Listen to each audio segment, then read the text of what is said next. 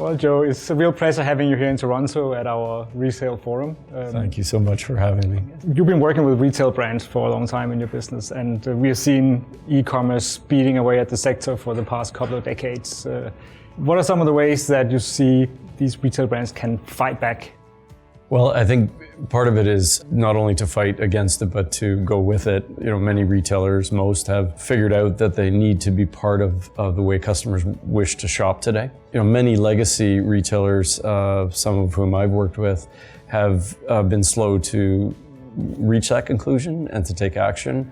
And that's left many of them in the position of playing catch up. The reality of legacy retail is heavy investments in infrastructure, not only physical space, which may or may not be in the right location, it may not be the right size, it may not be configured for what the consumer of today is looking for, but then on and on into IT platforms and point of sale systems and so on. It is harder to pivot today, and yet the enlightened retailers are saying, look, the past is the past. We have to respond to what's going on and face what many see as massive disruption. In today's world where consumers can fulfill their orders just by a single click of a mouse, there's all the talk about experiences. If you have to give the customer, the shopper, a unique experience. Is that some of the things you are recommending? Yes, we think about experience in a couple of different ways.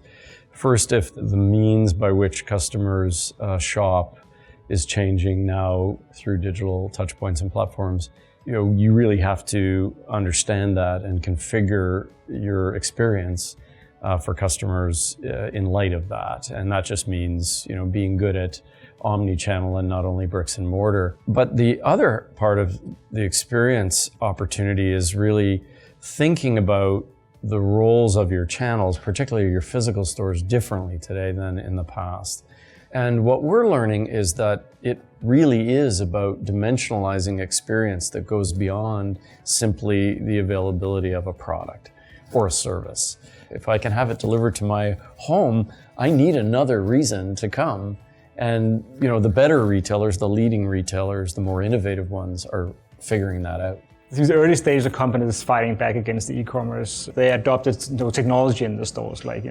Now it's moving more towards getting the value proposition right, or getting the message with the consumer right. That's also some of the things you're seeing? I think what gets lost sometimes when we think about technology as the remedy or the savior of businesses that are out of date is they miss sometimes the fundamentals.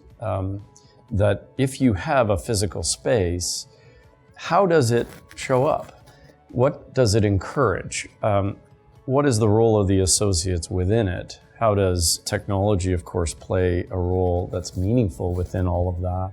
I mean, in my business, I only care about two things. Fundamentally, I care about traffic. And if a business is not generating positive traffic growth, it doesn't have a future, both digitally and physically, if it happens to be a bricks and mortar retailer.